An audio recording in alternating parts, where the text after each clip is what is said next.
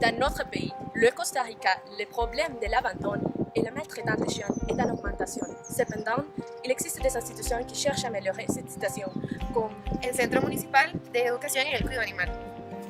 Donc, je m'appelle Amanda. je suis Priscilla. Et moi, je suis Ange.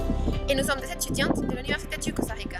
Alors, savez-vous quelles sont les raisons de la maltraitance et de l'abandon des animaux ou quelles sont les conséquences de ces actes?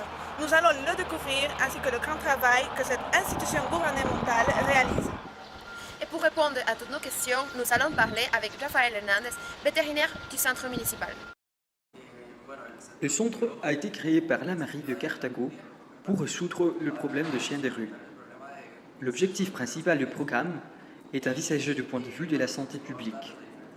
En outre, depuis quelques années, à Cartago, il y a eu des cas de maltraitance des chiens.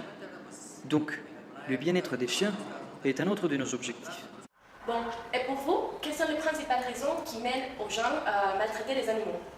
Il y a beaucoup de personnes qui sont habituées à avoir leurs animaux de compagnie, mais de les laisser librement dans les rues. Alors, la municipalité doit travailler directement avec ces chiens. Mais parfois, il y a un peu de résistance au moment de la capture. D'après l'organisme d'investigation judiciaire, l'affirmation de la virilité est l'une des causes la plus connues de la maltraitance des chiens.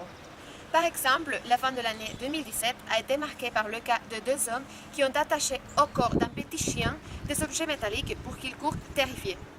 Par rapport à l'abandon des chiens, le OIJ a mentionné qu'une cause importante s'agit de la sobre reproduction des animaux et de la manque de compréhension de la part des propriétaires.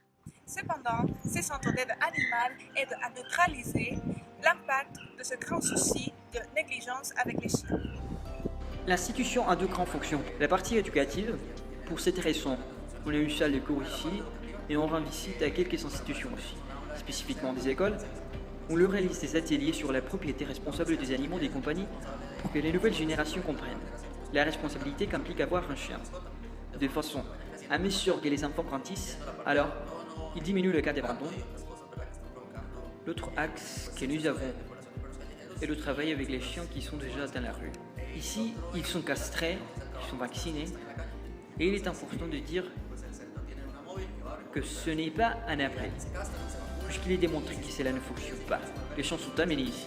Ils sont 15 jours, il reste 15 jours, pendant qu'ils se remettent à la chirurgie. Pendant ces 15 jours, les chiens peuvent être adoptés, et sinon, ils sont remis là où ils étaient. On n'a pas recours à l'euthanasie, ni à aucune des méthodes qui n'en fonctionnent pas. La façon dont on pourrait aider à éradiquer le problème de chiens perdus serait que les propriétaires aient une conduite responsable et doivent prendre la responsabilité. L'animal de compagnie doit rester à l'intérieur de la maison. Cet animal donc doit être stérilisé avec des vaccins pour l'empêcher de transmettre des maladies qui peuvent affecter non seulement la santé des animaux, mais aussi la santé de personnes. Protéger, Aimer Et respecter les animaux.